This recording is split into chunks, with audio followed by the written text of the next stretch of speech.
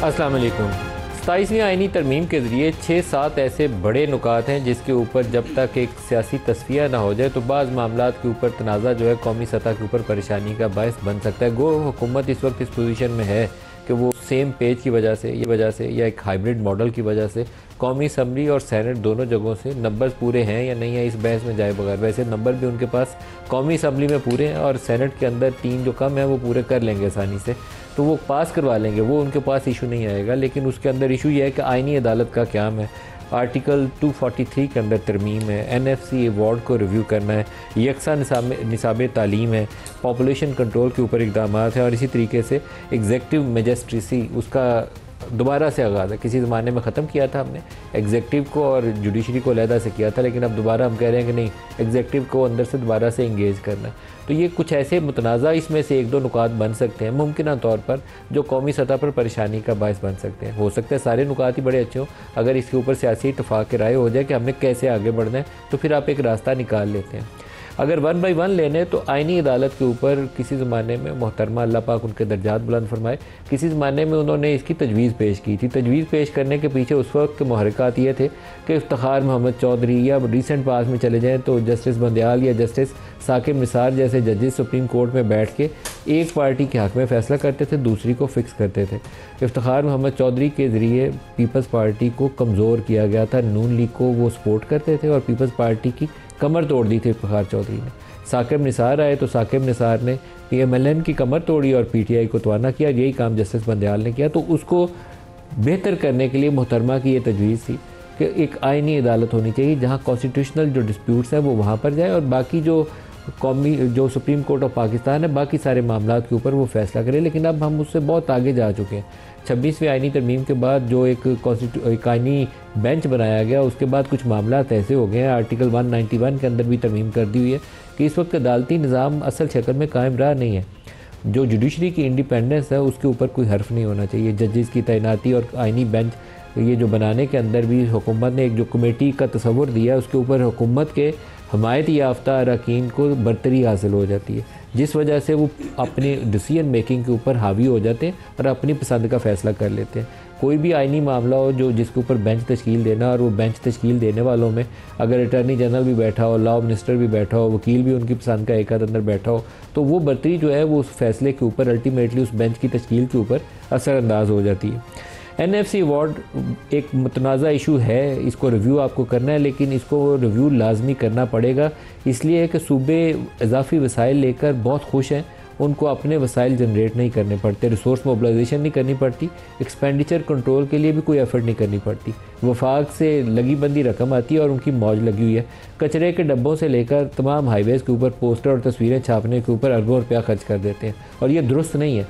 वफाक के पास वसाइल नहीं है, वफाक सारा पैसा जो है वो डिफेंस के लिए भी बोरो करता है और जितने कर्जे लिए हुए हैं उसके इंटरेस्ट पेमेंट्स के अंदर जो रेवेन्यू इकट्ठा करते हैं बड़ा हिस्सा इंटरेस्ट पेमेंट्स में चला जाता है। तो NFC आपको रिव्यू करना है। 243 के ऊपर अगर आप हुकूमत के लोगों से पूछें तो मैं जिससे पूछता हूँ तो वो कहते हैं कि पाकिस्तान ने जंग जीती हुई है, इंडिया को शिकस्त दी है। तो बहुत अच्छा अल्लाह ताला ने पाकिस्तान के ऊपर करम किया और जिन्होंने ये जंग का प्लान किया था, इसके ऊपर मेहनत की थी, सालों साल प्रैक्टिस की थी, उन सारों को शाबाशी है जिन्होंने पाकिस्तान को फ़तह याब कराया।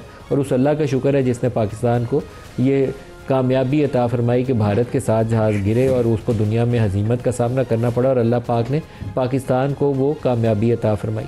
लेकिन मैं पूछता हूँ कि वो कामयाबी हुई, लेकिन ये 243 में आप क्या करेंगे?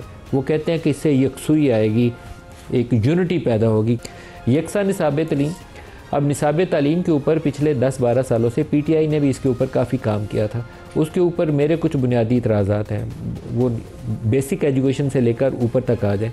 जो बच्चे हमारे आजकल सबसे मॉडर्न एजुकेशन है आपकी जो कंप्यूटर साइंस के अंदर बच्चे पढ़ते हैं या डॉक्टर्स बनते हैं या इंजीनियर्स बनते हैं, उनको हम कंपलसरी ज़्यादा और की एक तरमीम है, उनको इस्लामियात भी पढ़ाते हैं, मुतालिया पाकिस्तान भी पढ़ाते हैं और अंग्रेज़ी भी पढ़ाते हैं। अंग्रेज़ी मैं किसी हद तक मान लेता हूँ कि आप उनको स्पोकन इंग्लिश पढ़ाएं ताकि उनको आगे एडवांस एजुकेशन में दुश्वारी ना पेश आए। लेकिन मुतालिया पाकिस्तान और इस्लामियात जो बच्चा माँ की गोद से वो उसके अंदर हमने घोल के पिलाया हुआ है, वो निकल नहीं सकता उसके अंदर। तो उसको बजाय ये कि हम आर्टिफिशियल इंटेलिजेंस पढ़ाएं, उसको AR पढ़ाएं, उसको वर्चुअल रियलिटी के ऊपर पढ़ाएं, हम उसका पूरा एक जो सेमेस्टर है इन 3 मॉड्यूल्स के अंदर ज़ाया करते हैं। तो आप इसको नॉन एग्ज़ाम सब्जेक्ट्स बड़े आसानी से बना सकते हैं। हायर एजुकेशन इस रिफॉर्म्स के ऊपर काम नहीं करता। बच्चों को एक्स्ट्रा स्पेशलाइज्ड टीचर्स चाहिए इन सब्जेक्ट्स के लिए। हर एक जिस भी आप चले जाएँ ना डिसिप्लिन में, आप लिटरेचर में चले जाएँ तो लिटरेचर के बच्चों को यहीं पे इस्लामाबाद के अंदर एयर यूनिवर्सिटी मैथ्स और स्टैट्स भी पढ़ाती है, और कुछ ऐसे चाइनीज़ लैंग्वेज भी पढ़ाती है जो इंग्लिश लिटरेचर के बच्चे हैं। और जो आपके सॉफ्टवेयर इंजीनियरिंग के बच्चे नस्ट यूनिवर्सिटी, जो हमारी पाकिस्तान की बेस्ट यूनिवर्सिटी है, वहाँ पढ़ने जाते हैं, तो उनको भी ऐसे ऐसे सब्जेक्ट्स पढ़ाए जाते हैं। 2-3 कम से कम उसमें से इजाफी सब्जेक्ट्स हैं, और 2-3 हमने ये मुतालिया पाकिस्तान और इस्लामियात जैसे रखे हुए हैं। तो हमें करिकुलम रिफॉर्म की ज़रूरत है, लेकिन क्या सेंट्रलाइज करने से बेहतर होगा? तो पहले 70 सालों में हमने बेहतर क्यों नहीं किया? और सूबों को देखकर क्या बेहतर हुआ? वो भी नहीं हुआ। तो असल में हमारे रवैयों में एक बुनियादी खामी है कि हम उस चीज़ को इम्प्रूवमेंट की खातिर रिफ़ॉर्म नहीं करना चाहते, हम सिर्फ कंट्रोल की खातिर रिफ़ॉर्म करने की बात करते हैं। तो जब तक आपकी नीयत ये नहीं हो कि हमने उसको बेहतर करना है, बेसिक एजुकेशन को भी और हायर एजुकेशन को भी, तो उसके बगैर हम बेहतरी की तरफ जा नहीं सकते। और ए लेवल जो कैम्ब्रिज का सिस्टम है, बहुत मॉडर्न एजुकेशन है। हम कहते हैं कि सबको एक सिस्टम में ले आएँ, तो आप ओ और ए को नीचे गिराने की बजाय जो हमारा सिस्टम है उसको अपग्रेड करें ताकि ओ और ए के बराबर हो जाए। तो वो काम नहीं हम कर रहे। तो ये काफ़ी ज़्यादा, मैं इनके जो लोग करिकुलम रिफॉर्म्स के ऊपर काम कर रहे थे, मेरा उनसे इंटरेक्शन भी हुआ माजी में। पीटीआई के दौर में इस पर वो काफ़ी काम कर रहे थे। उस वक्त हमारी इस्टेब्लिशमेंट को बहुत शौक था कि बेसिक एजुकेशन में ये एक रहना चाहिए, यकसा निसाब रहना चाहिए। मुझे एज ए मेट्रो प्रिंसिपल उससे इतफाक़ है, लेकिन अप्रोच सिर्फ यह है कि वो कंट्रोल किसका होगा, तो उससे आप रिफॉर्म नहीं कभी भी ले सकते, बेहतर नताइज कभी नहीं आते। पॉपुलेशन कंट्रोल के ऊपर आ जाएँ तो पॉपुलेशन कंट्रोल के ऊपर भी स्टोरी से डिफरेंट नहीं है।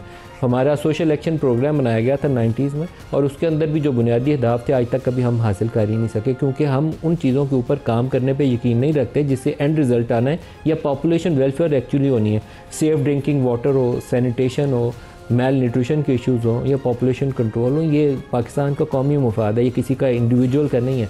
लेकिन इसके ऊपर हमारा जो प्रोग्राम है या एक आगे बढ़ने का जो एक अमल है, उसके ऊपर हमारे पास बेहतर हिकमत अमली मौजूद नहीं है। एग्जीक्यूटिव मैजिस्ट्रेसी ये एक मुतनाज़ा इशू है। ये हुकूमतों को वो इख्तियार दे देगा जो उनके पास नहीं होना चाहिए। यही सोचकर किसी ज़माने में आज से 20-25 साल पहले ये दोनों को इख्तियारात को अलहदा किया गया था कि एक तरफ एग्जीक्यूटिव रहे और एक तरफ जुडिशरी रहे। तो अब हम दोबारा उसको मर्ज करेंगे तो उसका एंड रिज़ल्ट क्या निकलेगा। आज के प्रोग्राम में इन इश्यूज़ पर बात करने के लिए स्टूडियोज़ में हमारे साथ हैं हुमायूं अहमद साहब, पाकिस्तान तहरीक इंसाफ के रहनुमा हैं, बैरिस्टर दानियाल चौधरी साहब पार्लिमानी सेक्रेटरी इत्तलात हैं हमारे साथ, और इसके अलावा पिल डेट से अहमद बिलाल महबूब साहब भी हमारे साथ हैं। सबको प्रोग्राम में खुश आमदीद कहते हैं। बैरिस्टर दानियाल साहब, पहले तो 243 मैं अभी तक जितने भी आपके साथियों से बात की है उन्होंने कहा कि हम आहंगी के लिए और सिनर्जी के लिए ये 243 ज़रूरी है। मैंने कहा ठीक है, ओके है, लेकिन आप क्या करना चाहते हैं वो तो समझा दें। उसका जवाब नहीं मिला, कुछ एक्सप्लेन कर देंगे? बिस्मिल्लाहिर्रहमानिर्रहीम। Thank you ji for having me on the show. पहले अगर बात करें मैं इस सवाल की जाने से पहले कि देखें जो 27वीं तरमीम है उसके ऊपर हमेशा की तरह एक जिस तरह उनकी कोशिश रही कुछ जमातों की कि प्रोपागेंडा करें या वो करें, जो 18वीं तरमीम इसकी 27वीं तरमीम का जो रूह है या जो इसकी एग्जिस्टेंस है वो 18th अमेंडमेंट की जो ओरिजिनलिटी थी, जो था कि delegation of power, devolution of power, और किस तरह वफाक को मजबूत सूबों को पावर्स डेवोलेट की जाएं और ग्राउंड लेवल तक, और वफाक जो है वो मजबूती के साथ उनको ओवरसाइट कर सके। कॉन्सेप्ट वही है और उसी के ऊपर हम आगे चल के लेकर जा रहे हैं। इससे आने वाले टाइम पे जिस तरह हम पहले बात कर रहे थे कि इससे जो ट्रू सेंस में डेवोल्यूशन ऑफ पावर का जो कॉन्सेप्ट है वो निचली सतह तक जाएगा, और आप जो एक सियासी जमातें जो हाइड एंड सीक खेलती हैं हमेशा अवाम के साथ और उनकी जो ट्रू पावर्स हैं उन तक नहीं पहुंचने देती, तो उसकी जो रेवोल्यूशन कैसे होगी? वो है वो आपका आइन में आप सूबों को देते हैं पैसा, देखिए आप उसका, और सूबे आपके मुकामी हुकूमतों के इंतखाबात नहीं कराते, आपकी पंजाब हुकूमत नहीं कराती, आप इस्लामाबाद में नहीं कराते। सर वो इसलिए नहीं कराती क्योंकि आपने इलेक्शन एक्ट के थ्रू आपने इन्फोर्स कराया या प्रोविंशियल। जब आइन का हिस्सा बन जाएगी तो आपके पास you will have no other option then to go for it. You will be, आपको वो चीज़ें इवॉल्व करके उनको ग्राउंड लेवल तक लेके जाने जाएंगे। और ये जो पूरा सिस्टम जिसमें हम बैठे हैं आज हमारी आप ये 27वीं तरमीम जो है इसके अंदर आप ये प्रोविजन डालने जा रहे हैं कि मुकामी हुकूमतों का जो निज़ाम है वो इस आइनी तरमीम का हिस्सा होगा। हम ये चीज़ें डालना चाह रहे हैं। पहले मैं मुकामी हुकूमतों का निज़ाम आइनी तरमीम का हिस्सा होगा। नहीं, मैं आपको बताता हूँ। 24 करोड़ लोग हैं, 24 करोड़ लोगों को इलेक्ट करने के लिए कितने, उनके जो सिस्टम और चीज़ों को, जो पार्लियामानी डेमोक्रेसी सिस्टम है, 1200 बंदे हैं खाली एज ऑफ टुडे। हम MNAs MPs को डाल रहे हैं, 1500 सिर्फ इलेक्टेड लोग हैं और सब ब्यूरोक्रेसी है। अब 18वीं तरमीम का मकसद क्या था कि डेवोल्यूशन हो और निचले लोएस्ट लेवल तक जाए। वो क्यों नहीं होती? क्योंकि आपकी लोकल बॉडीज़ हर सूबे की अलग अलग लिखा हुआ है और इसका जो ट्रू कॉन्सेप्ट है वो सर लोकल बॉडीज़ 27वीं तरमीम में आप उसको आइन का हिस्सा बनाएंगे? नहीं, हम नहीं बनाएंगे। जो वफाक है वो एक सजेशन पुट कर रही है कि डेवोल्यूशन ऑफ पावर का ट्रू कॉन्सेप्ट एड्रेस हो, एक ड्राफ्ट क्रिएट कर रही है, वो ड्राफ्ट पार्लियामान को भेज रही है, पार्लियामान उसके ऊपर बात करेगी और कमेटीज़ के ऊपर भेजेगी और कमेटी फाइनल ड्राफ्ट की शक्ल क्या निकलती है वो एक जमात या हम अकेले नहीं, वो शक्ल क्या निकलती है वो स्टैंडिंग कमेटीज दोनों हो गया सर। लेकिन आपका इरादा यह है कि इसको 27वीं आईनी तरमीम का हिस्सा बना दिया जाए मुकामी हुकूमतों के निज़ाम को? नहीं, हमारा ये है कि 27वीं तरमीम में चीज़ें जो हैं डेवोल्यूशन ऑफ पावर जो नीचे तक जानी चाहिए लोकल बॉडी सिस्टम को, उसको ऊपर इसके क्लैरिटी होनी चाहिए। लाइक और clarity as an how should the system run, how should the money be distributed, what are the ways, how can the money go to the lowest levels. आपको ये मुकामी हुकूमतों के निज़ाम को आइन के अंदर प्रोविजन डाल के मैंडेटरी अगर करेंगे बाइंडिंग, तो फिर तो वो हो जाएगा कि सूबा पंजाब भी कहेगा कि मैं इंतखाबात करा लूँ। अदरवाइज तो बड़ी खुली रोशनी पड़ी हुई है, वो नहीं कराते इंतखाबात। देखें नहीं, हम जब तक उसका ये देखें ना, पार्लियामान है ही इसलिए कि इन चीज़ों के ऊपर फाइनलाइज ड्राफ्ट कर सके और फाइनलाइज ड्राफ्ट जो है कमेटी कर कुछ सके। दिल कह रहा है कुछ कहने के लिए, मैं डॉक्टर साहब का इसलिए क्योंकि जब वो ड्राफ्ट इनके सामने आएगा और जिसके ऊपर आपने गवर्नमेंट की जो सजेशन है वो उसके ऊपर डिबेट होगी और कमेटी फाइनलाइज करेगी कि उसको इसके अंदर इनकॉर्पोरेट करना चाहिए या नहीं करना चाहिए। डॉक्टर साहब, सर आज MQM की प्रेस कॉन्फ्रेंस के बाद मुझे एक चीज़ के ऊपर ना बहुत कन्विक्शन थी, वो अहमद बिलाल साहब भी उस मुस्कुरा रहे हैं, लेकिन एक कन्विक्शन ये थी कि ये मुकामी हुकूमतों के निज़ाम के ऊपर ज़रूर बात करेंगे क्योंकि MQM की हिमायत लेने के लिए ना वो कराची में मुकामी हुकूमतें मांगते हैं। और दूसरी एक मेरा यकीन ये था कि 27वीं तरमीम तो पास हुई क्योंकि MQM मैदान में आ जाए तो इसका मतलब होता है डन डील है, फाइनल वर्जन है, आपकी अनाउंसमेंट हो गई है, अब होने वाला है। बिस्मिल्लाहिर्रहमानिर्रहीम, या का नाबुदु व या का नस्तईन। हम बैरिस्टर साहब मतलब लॉयर, आपने एक सवाल पूछा 3-4 क्लैरिटी के लिए, उस 5 मिनट में कुछ चीज़ क्लियर हुई आपको? मुझे नहीं हुई। मैं चूँकि मेडिकल का स्टूडेंट हूँ, मैं चूँकि मेडिकल नहीं, आप मुझे बोल लेने दें, मैं मेडिकल का स्टूडेंट हूँ, मुझे अभी तक समझ नहीं आई कि हम आईनी तरामीम की बात कर रहे हैं, 27th कॉन्स्टिट्यूशनल अमेंडमेंट की। उन्होंने कहा कि ये होना चाहिए, आपने कहा कि ये आइन का हिस्सा होगा, उन्होंने कहा नहीं, लेकिन ये चीज़ होनी चाहिए, आइन का हिस्सा ला रहे नहीं। मुझे आई डिड नॉट अंडरस्टैंड। मैं आपको बात बता देता हूँ। बेसिकली अगर मैं कॉन्सेप्चुअली जो 27वीं तरामीम और 26, ये उसका सीरियल वो है, वो नहीं होती एक सीरीज आती है, सीरीज 1 सीरीज 2, ये 26वीं तरामीम की कंटिन्यूएशन है। इसमें 2 चीज़ें हो रही हैं। एक, हम कोशिश कर रहे हैं कि जो 18th अमेंडमेंट के अंदर बाज़ छोटी मोटी खामियां प्लस आई तो वो ठीक कर ले। मेरे लिहाज से वो इस लिहाज से कि आपने एक पार्टी को कहना है कि ये देखो तुमने इन चीज़ों पे मानना है। जो पहला हिस्सा है, उसका पहला हिस्सा क्या है? वो है कंट्रोल एंड कमांड का। 26वीं और 27वीं की जो एक सेक्शन है जो सबसे इंपॉर्टेंट है वो है कंट्रोल एंड कमांड। कंट्रोल किसके हाथ में, कमांड किसके हाथ में है? उसके लिए हमने जो उसका सीरीज 1 था उसमें हमने जुडिशरी के दांत निकाल के फेंक दिए। दूसरी चीज आप अब क्या कर रहे हैं? सर ये आपकी राय है, मेरा इससे मुतफिक होना है, हमारा मुतफिक मैं अपनी राय बता रहा हूं। मैं आपको आपकी राय तो नहीं बता रहा ना भाईजान, मैं अपनी राय बता रहा हूं क्योंकि मेरी नजर में आप लोगों ने एग्जेक्टिव जजेस बना दिए PCO से। तो सर वो तो बन गए, तो फिर आप 27वीं में क्या करेंगे? 27वीं में आप क्या करेंगे? बाकी चीजें रह गई हैं। वो क्या? जैसे अभी आपने कहा कि ये जो वो मैजिस्ट्रेट्स की बात है उसको ले आएंगे, आप बाकी चीजें लेकर आ जाएंगे। आपने कंट्रोल पर अभी आईनी अदालत है, अब बात आ जाती है आईनी अदालत की। देखिए एक चीज बैरिस्टर साहब और जितने लोग हैं ना वो कहते हैं कि जी आईनी अदालत इसलिए है कि उसके अंदर सारे, क्या आईनी अदालत और सुप्रीम कोर्ट 2 पैरेलल चीज चल रही होंगी? सर आईनी अदालत बनेगी तो 2 पैरेलल ही चलेंगे। 2 पैरेलल लेंगे। इसका मतलब है कि आप पाकिस्तान की जुडिशियल सिस्टम में 2 पैरेलल चीजें लेकर आ रहे हैं जो शायद एक दूसरे के साथ। अच्छा, वो लोग कहते हैं अगर आप ऐसा सिस्टम लेकर आए जिसके अंदर आप कहते हैं नहीं आईनी चीज स्पेशल है, तो फिर उसके अंदर उन जजेस को लेकर जाएं कि जो अपनी प्रैक्टिस के दौरान में वो बेसिकली कॉन्स्टिट्यूशनल लॉयर्स मशहूर थे। आप उन जजेस को मत लेकर आए कि जो कि क्रिमिनल लॉयर्स से अपने टाइम पे, या फिर वो कॉर्पोरेट लॉयर्स से, उनको मत लेकर आए, क्योंकि उन्होंने तो उन 15-20 साल में जिसमें उन्होंने प्रैक्टिस की है, नहीं, तो तफसील की बात होगी ना, आईनी अदालत बननी चाहिए नहीं बननी चाहिए, आपको उसके हक में मेरे लिहाज से supreme court is good enough, वही गुड इनफ है, गुड इनफ। अच्छा, हम लोगों ने कोशिश की कि बिलाल साहब से राय ले ली, हम लोगों ने कोशिश की कि चलो हम देख लेते हैं, ये आईनी बेंच बना लेते हैं। आपने देखा आईनी बेंच का क्या है, हो रहा है। आप कुछ कहेंगे? मैं बिलाल साहब सारा दिन जो ना सुप्रीम कोर्ट के केसेस देखते हैं, सारा दिन कौन से केसेस चल रहे होते हैं? कॉन्स्टिट्यूशनल केसेस आपके टोटल 8% हैं कॉन्स्टिट्यूशनल केसेस, और जो सुप्रीम कोर्ट का टाइम लेते हैं वो पूरा दिन और 2-2 दिन और 4-4, क्योंकि यही बेंचेस दूसरे काम भी करते हैं और यही बेंचेस नॉर्मल काम भी करते हैं। देखिए, आपका जब आपका 8% में आपका 100% एग्जॉस्ट हो रहा है, तो वाई नॉट आप उसको एक सेपरेटली एक पूरा कोड बना दें जो कॉन्स्टिट्यूशनल चीज़ों को एड्रेस करें।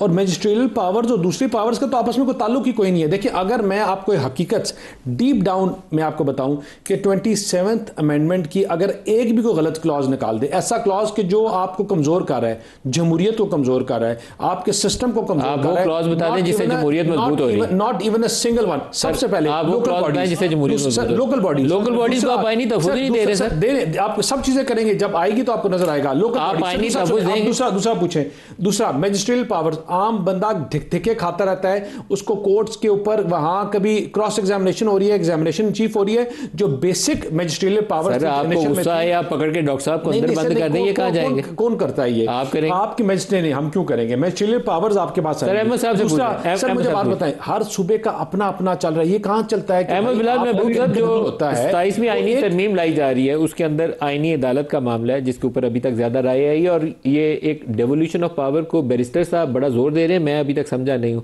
आप अगर इस दोनों इश्यूज के ऊपर अपना राय आप दे दें, फिर आगे भी चलाते हैं इसको। बहुत शुक्रिया। देखिए, आईनी अदालत तो 26th कॉन्स्टिट्यूशनल अमेंडमेंट का अनफिनिश्ड एजेंडा है।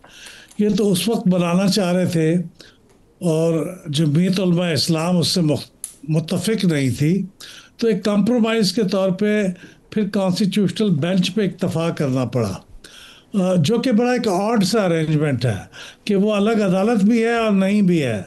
तो मेरे ख्याल में कॉन्स्टिट्यूशनल कोर्ट बनाना वो कॉन्स्टिट्यूशनल बेंच से ज़्यादा बेहतर चीज़ है, और ऑलरेडी उसके लिए काफ़ी हद तक तैयारी हो चुकी हुई है।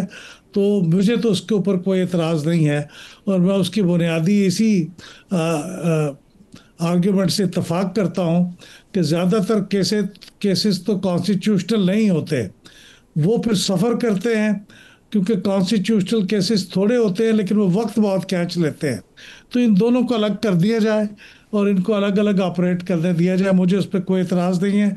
दोनों बड़ी पार्टियों ने चार्टर ऑफ डेमोक्रेसी पे इत्तफाक भी किया हुआ है, तो ये देखने की बात है जब वो बन जाएंगी तो उनकी कारकर्दगी कैसे बेहतर होगी। लेकिन अभी हाल ही दिनों में मैंने ये देखा है कि जो नॉन कॉन्स्टिट्यूशनल केसेस हैं उनकी डिस्पोजल तेज़ रफ्तार हो गई है, तो इसका मतलब है किसी हद तक फ़ायदा हुआ है। अब आपने दूसरी डेवोल्यूशन की बात की थी, मैं बहुत खुश हुआ हूँ ये बात सुन के, लेकिन अनफॉर्चुनेटली लोकल गवर्नमेंट को मजबूत बनाने के लिए कोई कॉन्स्टिट्यूशनल प्रोविज़न जिसकी इंतहाई सख्त ज़रूरत है, वो इस वक्त जो बिलावल भुट्टो साहब के ट्वीट से चीज़ें ज़ाहिर हुई हैं उनमें तो शामिल नहीं है। मैं इसरार करूँगा कि PMLN ने MQM के साथ मुआहदा भी किया हुआ है। हमने भी एक ड्राफ्ट कॉन्स्टिट्यूशनल अमेंडमेंट सेनेट में 2023 में इंट्रोड्यूस कराई थी एक सेनेटर के थ्रू, और MQM ने भी की हुई है। तो इस 27th अमेंडमेंट के पास होने का अफादियत बहुत ज़्यादा बढ़ जाएगी अगर आप उसको भी इसके अंदर शामिल कर लें। ऐसा नहीं हो सकता कि आप बाकी चीज़ें तो अभी पास कर लें लेकिन उसके लिए कमेटियां बना दें। ये कमेटियां बनाने की कोई ख़ास ज़रूरत नहीं है। जो डिस्कशन होनी है ड्राफ्ट मौजूद है, आप इसी आइन के अंदर इसी 27th अमेंडमेंट के साथ शामिल करके वो कर लें। ये PMLN का बहुत बड़ा कारनामा होगा और इसको सब याद करेंगे। PTI के लोगों ने भी इसकी हमायत कारनामा तब होगा अगर पंजाब में इलेक्शन करवाने पे तैयार होंगे। अगर पंजाब में मुकामी हुकूमतों के इलेक्शन करवाने होंगे तो फिर कारनामा कैसे देंगे? नहीं, फिर वो चॉइस नहीं रहेगी, वो फिर उनको कराने पड़ेंगे। अभी उन्होंने मुतफ़िका करारदाद पास की है पंजाब असम्बली में जिसपे PTI के लोगों ने भी उसकी हमायत की है। तो इसका मतलब ये है कि ये तकरीबन मुतफ़िका बात है, इसको शामिल कराना बहुत ज़रूरी है। इसके बगैर लोकल गवर्नमेंट को आपने एक फुटबॉल बनाया हुआ है। देखिए ना, पंजाब में 10 साल से इलेक्शन नहीं हुए। जिन मुल्क सूबों के अंदर इलेक्शन हुए हैं, मसलन बलूचिस्तान में कोयटा सबसे बड़ा शहर है, वहाँ इलेक्शन नहीं हुए। और जहाँ इलेक्शन हुए हैं वहाँ उनको पावर्स नहीं दी गई, वहाँ उनको इख्तियारात नहीं दिए गए और वहाँ उनको फंड्स भी नहीं दिए गए। तो ये सारे मसले इंडिया में भी थे। उन्होंने 45 साल के बाद अपने मुल्क में आइनी तरमीम की, उसके बाद से हालात ठीक हुए। हमें भी ये करना चाहिए। दुरुस्त है। असलम गौरी साहब तर्जुमान है जमीयत उलमा इस्लाम के हमारे साथ। असलम गौरी साहब आपका बहुत शुक्रिया। सर, JUI ने 26वीं आइनी तरमीम के अंदर एक वो सेंट्रल सेक्रेटेरिएट होता है ना, वो वाला रोल अदा किया था। आपने सियासी कुफ्तों को यकजा भी किया, उसके अंदर बाज़ नापसंदीदा चीज़ें थी उसको कम भी करके टोन डाउन करके उसको काबिल कबूल बनाया। PTI को भी साथ मशावरत में रखा। अब आपके क्या इरादे हैं सर 27वीं तरमीम के लिए? बहुत शुक्रिया नदीम मलिक साहब आपका। बात यह है कि अभी तक तो हमारे सामने कोई चीज आई नहीं है ब्लैक एंड व्हाइट में कि है क्या मसौदा, है क्या, उसके अंदर चीज क्या है। वाडा साहब ने आके आपको ब्रीफ नहीं किया सर? तो वाडा साहब ने भी, बराबर साहब ने जो ट्वीट किया उसी के तनाजर में कुछ गुफ्तगू फरमाई है और उन्होंने कहा कि जी ये चीजें हैं, वही चीजें जो बराबर साहब ने कही हैं। क्या क्या चीजें बताई वाडा साहब ने? जी वही चीजें जो बराबर साहब ने ट्वीट में की है। लेकिन मैं एक बात बताऊं मलिक साहब, हमें याद है जब 26वीं आइनी तरमीम थी, जो मसौदा बलावल साहब के पास था वो मसौदा हमारे पास नहीं था। हमें कुछ और दिया गया था, उनको कुछ और दिया गया था। तो अब ना बलावल साहब का ट्वीट तो अपनी जगह मौजूद है, लेकिन हमें नहीं पता कि वो वाकया यही होगा या इसके बाद कोई और तब्दीली आएगी। तो जब तक वो सही सूरत हमारे सामने नहीं आती ब्लैक एंड व्हाइट में, बल्कि अलबत्ता इनकी गुफ्तगू से हमने इतना अंदाजा जरूर लगाया कि जो 26वीं यानी तरमीम में चीजें हमने निकलवाई हैं उनको दोबारा कॉस्मेटिक सर्जरी करके, चेहरा तब्दील करके थोड़ा सा उन्हीं चीज़ों को दोबारा घुमा फिरा के लाने की कोशिश की जा रही है।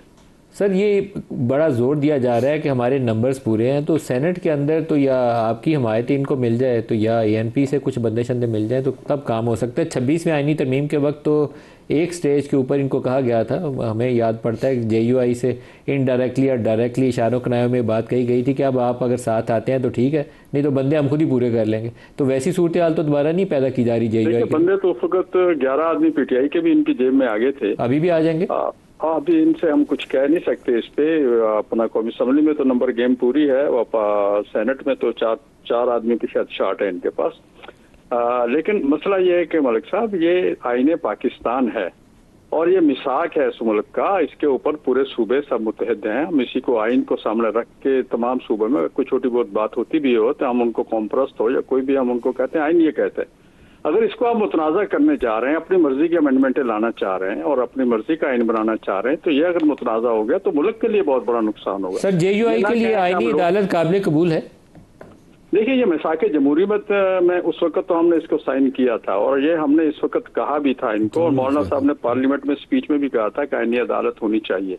लेकिन ये फिर PTI के दबाव पे, PTI के दोस्तों के कहने पे हमने जो सारा आईनी बेंच बनवाया, ये PTI की ख्वाहिश पे बना था। हमारी ख्वाहिश तो उस वक्त आईनी अदालत की थी। अब देखते हैं अगर आईनी अदालत बना ये कहते हैं तो आईनी अदालत के खदो खाल क्या है वो भी तो देखने पड़ेंगे ना। और सर, आर्टिकल 243 के अंदर जो तरमीम का जिक्र है वो आपको वाज़ेह है कि क्या चीज़ तरमीम होने जा रही है? नहीं, बिल्कुल हमें वाज़ेह नहीं है, बस सुनने में आ रहा है। जैसे आप कह रहे हैं इसी तरह दूसरे दोस्त कह रहे हैं, लेकिन हमें तक कोई वजाहत चीज़ सामने नहीं आ रही और ये सही चीज़ आप देखेंगे। और दूसरी बात मलिक साहब, हमारे यहाँ पार्लियामेंट के जो अदारे हैं वो फैसले करते हैं, शख्सियत कोई नहीं फैसला करती। हमारे पास जैसे कोई मसौदा आएगा हम अपने फौरतौर पर इजलास बुलाएंगे और फिर अपना ओपिनियन इख्तियार करेंगे, उसके मुताबिक फिर आगे चलेंगे हम। असलम गौरी साहब, बहुत शुक्रिया आपने हमें ज्वाइन किया। एक ब्रेक साथ रहिएगा।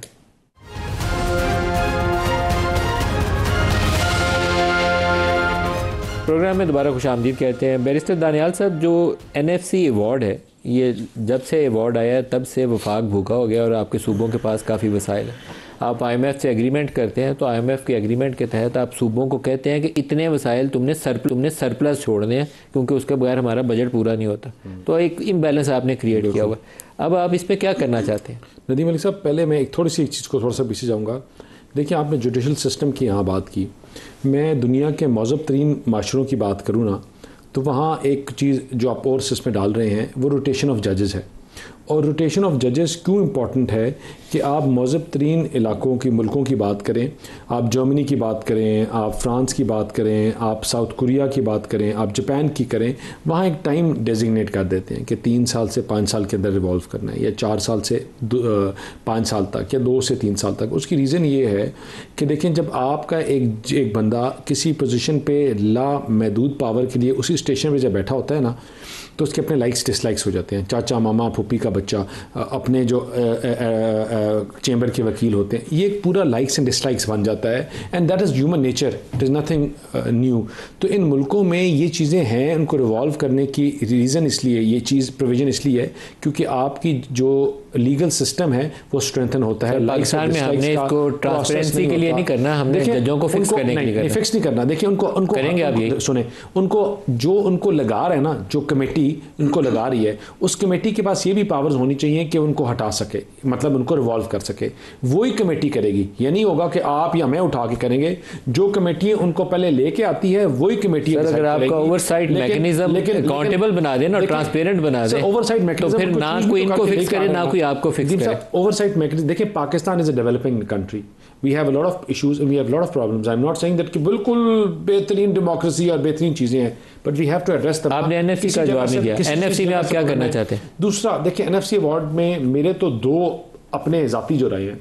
सबसे पहले, वफाक के पास कुछ पैसे नहीं रहते, ठीक है, आप जीबी को लग देते हैं, कश्मीर को लग देते हैं, why not put them in NFC as well. मतलब अगर आपने उनको अपना हक मांगते हैं, पीपल्स पार्टी या सारे जब जमातें कहती हैं, तो एनएफसी को इसको इस why not open this debate also with it. बिल्कुल, डिविजिबल पूल में डालें। आपका जो मेन पूल है उसमें जीपी के पैसे डिविजिबल पूल डालें, उसी में आप उसमें कश्मीर का पूल भी डालें। आपकी जंग लड़ी है, आपके अफवाज, आपके लोग, बच्चे शहीद हो रहे हैं, उनकी वर्दियों के, चीज़ों के, जो आपके, this is a 3rd generation 5th generation warfare. आपका मैकेनिज्म सारा चेंज हो गया है, आपके पास पैसे ही नहीं है, हम पीछे से उधार ले लेके आगे तो नहीं भिजवा सकते। आपका सारे पैसे सुबह लेके चले जाए इस बात के ऊपर कि मेरी पॉपुलेशन जो है नए सेंसस के मुताबिक 35% बढ़ गई, तो 35% बढ़ गई है और केपी की नहीं बढ़ी और बलोचिस्तान की नहीं बढ़ी, तो उनको फिर पैसे ना दें। मतलब it has to go somewhere कि आपने एक तरीकाकार करना है। हम अगर एक लिमिट सेट कर दें, लोअर लिमिट, कि पिछली दफ़ा आप 200 अरब ले गए थे, 2000 अरब ले गए थे, इस दफ़ा 2000 अरब से नीचे नहीं जाएंगे, लेकिन ये भी नहीं हो सकता कि 6000 अरब आपको दें। एक सिस्टमेटिक तरीके से आपको उस पूल का हिस्सा मिलेगा। उससे ये होगा कि जो महरूमी है, जो बलूचिस्तान की महरूमी है, या बाज़ दफ़ा केपी के जो इलाके हैं जिनमें एक आवाज़ आती है महरूमियों की, वो एड्रेस होंगे। आखिरी जो आपने पॉपुलेशन सर्वे किया उसमें आपने बलूचिस्तान की पॉपुलेशन पहले से ज्यादा बढ़ा दी हुई है, जो आखिरी आपका सर्वे। मैं कहता हूँ कि उनको ज्यादा जाना चाहिए, थोड़ी सी परफॉर्मेंस बेस्ड होना चाहिए आपका सिस्टम, कि सूबे खुद भी कुछ रेवेन्यू जनरेट करें। अब मैं आगे उस बात के ऊपर आ रहा हूँ। एक सूबा जो 10 अरब टैक्स कैलकुलेट कर रहा है और एक सूबा जो 2 अरब कर रहा है कैलकुलेट, कोई थोड़ा सा तो फ़र्क रखें। इसीलिए जब कमेटी में जाएगी इस चीज़ के ऊपर बड़ी डिबेट होगी कि आपने एनएफसी के ऊपर, हम कहते हैं कि हम कोई सियासत ना करें, लेकिन एनएफसी का जो सीधा तरीका है, मुझे आप बात बताएं कि आप पीछे से उधार लें, पैसे, आपकी तनख्वाह है, आपकी तनख्वाह 5000 रुपये आ रही है, आपकी बेगम कहे कि ठीक है 5000 तो ठीक है ना जी नदीम साहब, मैं 5000 की अपनी शॉपिंग होगा, घर का खर्चा जो ना आप पीछे से लेके चलें, तो आप 6 महीने, साल, 2 साल, 3 साल, ये कहेंगी 2 साल 3 साल ये करेंगे, लेकिन आप हाथ जोड़ देंगे, सूबों को बेगमार ना बनाएगा। वो देखें, आपकी जो मेन चीज़ है कि आपने जो घर का सौदा चीज़ें लेके जानी है, उसके लिए आपके पास पैसे तो हों, जो चौकीदार बैठाया हुआ है उनके लिए पैसे तनख्वाह देने के तो हों, एंड आपकी और चीज़ें सेकेंडरी होंगी। तो आई थिंक कि ये एक पॉजिटिव बहस छेड़ेगा। डॉक्टर साहब, मैंने जिस तरह कहा कि कोई चीज़ हतमी नहीं है, ये कमेटीज़ में जाएगी, इसके ऊपर डिबेट होगी और इंशाल्लाह we will come with the consensus and a good draft. Doctor साहब, एनएफसी अवार्ड के ऊपर क्या करना चाहिए? देखें, ऐसा अभी बैरिस्टर साहब कह रहे हैं पाकिस्तान के अंदर जो है ना वो सारी चीज़ें, देखिए Pakistan basically is a politically stunted country. हमारा पॉलिटिकल प्रोसेस स्टंट हुआ है, आगे नहीं बढ़ रहा।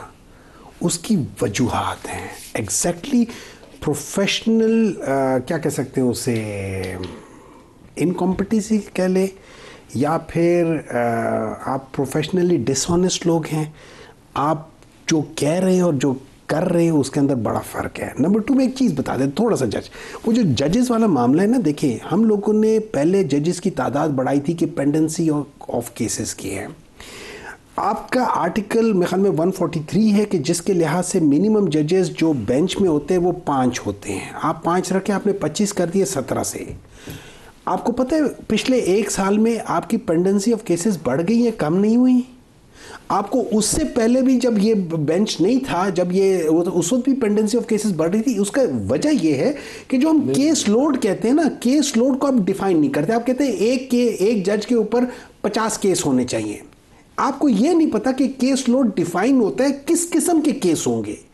क्रिमिनल केस है, सिविल केस है, आपका ये जिसको हम दीवानी अदालत या दीवानी मुकदमे कहते हैं वो चीज़ है। इन सब का लोड का एक मार्क्स होते हैं, उस लिहाज से आपने इसको देना होता है। लेट्स से मैं जो क्रिमिनल केस है उसको 0.65 पॉइंट्स देते होते हैं और जो दीवानी मुकदमे उसको 1.7 या 1.6 देते हैं। अब ये दो एक केस है लेकिन उसका केस लोड फर्क है। आपने उस लिहाज से जज करके देना होता है एंड देन यू डिवाइस कि आपने क्या करना है। हमारा यहां पे मसला हुआ है बिकॉज हम लोग किसी भी चीज में हमारा जिसको कहते हैं ना गवर्नेंस का इशू है, चाहे वो सुप्रीम कोर्ट के अंदर क्यों ना हो। नंबर ऑफ जजेस से या बेंचेस से कुछ नहीं होगा। मैं आपको आज लिख कर देता हूं, आगे आ जाते हैं। अभी इन्होंने बात की है कि एनएफसी पे नहीं बताया आपने, एनएफसी रिव्यू करना चाहिए। मैं उसी में बात करूं। देखिए अब एनएफसी में ये हो जाता है, अभी इन्होंने कहा था कि एक जो है सूबा बहुत कमाते हैं। देखिए एक सूबा बहुत कमाते हैं लेकिन बाकी सूबे बहुत कुछ दे रहे हैं। वो आपको 30 रुपए की चीज 1 रुपए पे दे रहे हैं,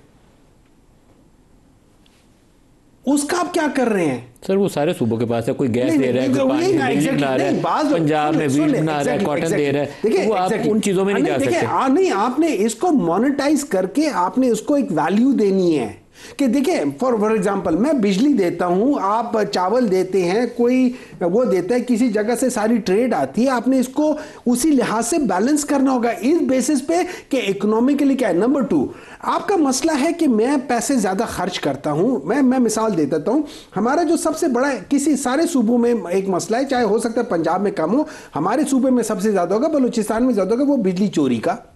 आप कहें केपी के गवर्नमेंट खैबर पख्तूनख्वा को कहे या पंजाब को कहे कि भाई जिस सूबे से जितना चोरी हो रहा है you are responsible for that, make them responsible. ये कहना चाहिए, मैं इसका 100% हर एक चीज का जिसकी जितनी चोरी होती है ना उसके एनएफसी अवार्ड से काटे पैसे। जितना जनरेट कर रहे हैं और जितना चोरी करे वो कर ले। नंबर 2 बिजनेस की बात है। आप लोगों ने एक ऑपरेशन किया 2014 में, एक ऑपरेशन किया, उस ऑपरेशन की वजह से कितना बिजनेस उस सूबे से निकल गया, क्या उसको कॉम्पनसेट किया? देखिए आपने ये सारी चीजें कहना आसान है लेकिन इसके ऊपर डिस्कशन करने के लिए आपने बहुत सारी चीजों को डिस्कस करके बैलेंस करना है। अगर आपकी नीयत अच्छी, आप बैलेंस करोगे। अगर आपकी नीयत अच्छी नहीं है तो आप कभी भी उसको बैलेंस नहीं कर सकते। अहमद साहब, एनएफसी अवार्ड के ऊपर अगर प्रोफेशनली आपसे मैं चाहूं कि कुछ आप राय दें तो इसको कुछ तवाज़न इसका दुरुस्त करने की जरूरत है, क्या करना चाहिए? बहुत शुक्रिया। देखिए नेशनल फाइनेंस कमीशन के अंदर जो 18th अमेंडमेंट के तहत एक नया आर्टिकल इंट्रोड्यूस किया गया था 163A, उसका मतलब ये था कि अब एनएफसी की ये लिमिटेशन कर दी गई थी कि वो सूबों की एलोकेशन बढ़ा तो सकता है, उसे कम नहीं कर सकता। तो सूबों की जो कॉन्स्टिट्यूशनल अमेंडमेंट से चेंज होगी अब जी। 17th कॉन्स्टिट्यूशनल अमेंडमेंट में जो हो चुकी 57.5% सूबों को जाता है, उसे आप कम नहीं कर सकते। तो अब मेरा ख्याल तकाजा ये किया जा रहा है कि उस प्रोविज़न को ख़त्म कर दिया जाए और ये नेशनल फाइनेंस कमीशन पे ऊपर छोड़ दिया जाए कि वो हालात के मुताबिक एलोकेशन को बढ़ा दे या कम कर ले या वही बराबर रखे। तो मेरे ख्याल में ये किसी हद तक बात रीज़नेबल इसलिए लगती है कि जो फेडरेशन के ऊपर जो बोझ पड़ चुका है नेशनल फाइनेंस कमीशन के अवार्ड आने के बाद से, यानी पिछले 15 साल में जो हालात बदले हैं, उसका रेवेन्यू तो बढ़ा नहीं है लेकिन अखराजात पे बेतहाशा इजाफा हो गया है। और रिसेंटली जो डिफेंस में जो इजाफा हुआ है और होने वाला है, उसके लिए वफाक को मज़ीद पैसों की ज़रूरत है। तो मेरे ख्याल में ये किसी हद तक जस्टिफाइड है कि नेशनल फाइनेंस कमीशन में जो एलोकेशन है सूबों की टोटल, उसको एडजस्ट कर लिया जाए, लेकिन अमंग द प्रोविंसेस जो डिस्ट्रीब्यूशन है वो इससे अलग है। वो तो नेशनल फाइनेंस कमीशन पहले भी तय करता है कि 51% पंजाब को देना है, किसी को कितने परसेंट देना है, लेकिन जो ओवरऑल है 57.5% of the total divisible pool वो प्रोविंसेस को जाए, उसे मेरे ख्याल में कुछ कम करना मकसूद है। और मेरा ख्याल है किसी हद तक के बाद अहमद साहब इसमें 3-4 नुकते हैं जिसके ऊपर इनको सारों को अच्छे से ब्रेनस्टॉर्मिंग खुल के करनी चाहिए, क्योंकि सूबे जिनको इजाफी वसाइल मिल रहे हैं वो छोड़ेंगे नहीं। एक अभी बैरिस्टर साहब ने कहा कि आज़ाद कश्मीर के और GB के पैसे वो डिविजिबल पूल से जाने चाहिए, वो वफाक को ग्रांट की शक्ल में नहीं देने चाहिए, क्योंकि ये एक इजाफी बोझ पड़ता है। इसी तरीके से डेट सर्विसिंग जितनी कॉस्ट वफाक दे रहा है और जो डिफेंस के एक्सपेंडिचर्स हैं, उसके बाद हम सालाना 7-8% का बजट डेफिसिट करते हैं और 8 से 10 हज़ार अरब रुपया बैंकों से उधार लेते हैं। तो we have a non viable business model right now.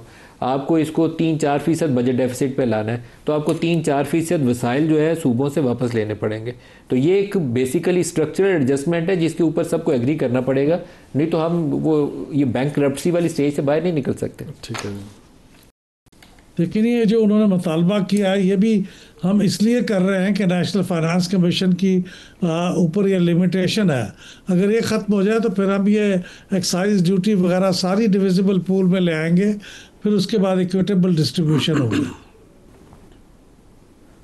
Daniyal साहब, मेरे ख्याल में ये इशू ऐसा है कि आप पंजाब में आपकी हुकूमत है, पीपल्स पार्टी सिंध में, बलूचिस्तान में भी आप दोनों मिले हुए हैं, KP में अगर ये इन लोगों के साथ आप अच्छी बहस कर लें तो मेरा ख्याल है कोई ऐसा इशू नहीं है कि जिससे आपको बड़ी मुखालफत आएगी। सर अगर इस चीज़ में आप देखें ना नदीम भाई, अगर आप अफेक्टीज़ में देखें तो सबसे ज़्यादा अफेक्टेड हम होंगे, सबसे ज़्यादा, क्योंकि जो फंड जिस तरह जाता है अकॉर्डिंग टू पंजाब के वसाइल पहले से पंजाब के वसाइल काफ़ी कम होंगे, पिछली दफ़ा भी कम हुए थे, और सूबों के शायद ज़्यादा हो, कम ना हो, या उनके उधर रुक जाएं।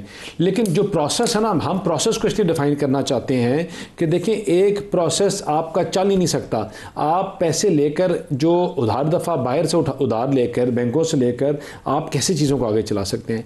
जब एक सिस्टमेटिक प्रोसेस डिफाइन हो जाएगा, चीज़ें तय हो जाएंगी कि ये थ्रेशोल्ड है, इस थ्रेशोल्ड से नीचे नहीं आना, ठीक है भाई, नहीं आएंगे। अब इस थ्रेशोल्ड से ऊपर कैसे जाना है वो हम फिर पॉइंट्स जो है ना बैठकर डिबेट करके रखेंगे। जिस तरह इन्होंने कहा कि बिल्कुल जो पूल में क्या ऐड ऑन कर रहा है सुबह, उसको let's take that for in account. और इनके भी लोग बैठे हैं, हमारे भी बैठे हैं, सेनेट पे भी हैं, दो चीज पे आपको एडवांटेज देना चाहिए, आपको एक पॉपुलेशन कंट्रोल पे और एक रिसोर्स मोबिलाइजेशन। सर जो बच्चे पैदा करता है तो पैसे लेते जाओ, ठीक है ना, ये भी this is not the way. दुनिया पूरी में पॉपुलेशन कंट्रोल के ऊपर बात हो रही है, हम बात करने से कहते हैं नहीं नहीं नहीं नहीं नहीं नहीं इसके ऊपर बात नहीं करना क्योंकि पता नहीं क्या हो जाएगा। ठीक है डॉक्टर साहब, जो एक ये निसाबे तालीम है, एक नुकता रह गया, उस पर भी थोड़ी राय ले रहे हैं। निसाबे तालीम के ऊपर, उसके ऊपर काम करना चाहिए हमें खुले दिल के साथ। हमें वो ज़्यादा दौर की तरमीम से आगे निकल जाना चाहिए कि वो बच्चों को हमेशा मुतालिया पाकिस्तान ना पढ़ाई तो शायद अच्छे पाकिस्तानी नहीं बनेंगे। देखिए, एक तो मैं आपको एक बता दूं, जो बच्चों की ये बात करें, टेक्निकली इस वक्त जो सबसे ज़्यादा जिसकी पॉपुलेशन बढ़ रही है वो पंजाब में ही बढ़ रही है, लेकिन एनीवे मिजाज के माने पॉपुलेशन सारी जगह बढ़ रही है, लेकिन रिलेटिव नहीं, वो चीज़ है। पंजाब में कम हुई है, ये उल्टा बोल रहे हैं, बलूचिस्तान में सबसे ज़्यादा बढ़ी है। यहाँ पे तो सीटें कम हुई हैं सर, सीटें और भी वजूहत है, मैं आपको बात चीज़ें करके बता दूंगा। लेकिन देखिए अभी, अच्छा सर मुझे बोल लेने दे, थोड़ा सा मुझे बोल लेने दे, उसके बाद आपकी बारी आ जाएगी। देखिए जो निसाब तालीम की बात करें ना, एक बात याद रखें, हमारे यहाँ पे 3 पैरेलल सिस्टम है। अब वो पैरेलल सिस्टम मुख्तलिफ जगहों के लिए लोगों को फीड करें। सो अगर आप एक सिस्टम में हैं, आप उसके आगे उसी चीज़ में जा रहे हैं, आप उससे अगले सिस्टम में नहीं जा सकते। एक आपका है जो आपका ये जो बाहर का लास्ट मिनट है, क्विकली वाइंड अप करना पड़ेगा। एक आपका उर्दू मीडियम और एक आपका जो मदरसा वाला है, इसमें से एक दूसरे से नहीं जा सकते। आपको यहाँ पे इक्वल अपॉर्चुनिटी देनी पड़ेगी ताकि हर एक कंपटीशन में इक्वालिटी की तरफ आए। फिर तो यकसा निसाब देना पड़ेगा, यकसा निसाब आपको देना पड़ेगा, उसके बगैर गुजारा नहीं। इन्होंने इनडायरेक्टली हमारी सारी बातों को एंडोर्स किया, जजेस से लेकर NFC से लेकर मुल्क की जंगी सूरत हाल को, सारी चीज़ों को। और सर आप इनको एंगेज करें ताकि आपको वोट कर दें। तरमीम इस मुल्क को मजबूत करेगी और इंशाल्लाह पास भी होगी। अच्छा जनाब, बैरिस्टर दानियाल चौधरी साहब, हुमायूं अहमद साहब, अहमद बिलाल महबूब साहब और असलम गौरी साहब हमारे साथ हैं, उनका भी सबका शुक्रिया। आज के लिए इतना इजाज़त दीजिए, अल्लाह हाफ़िज़।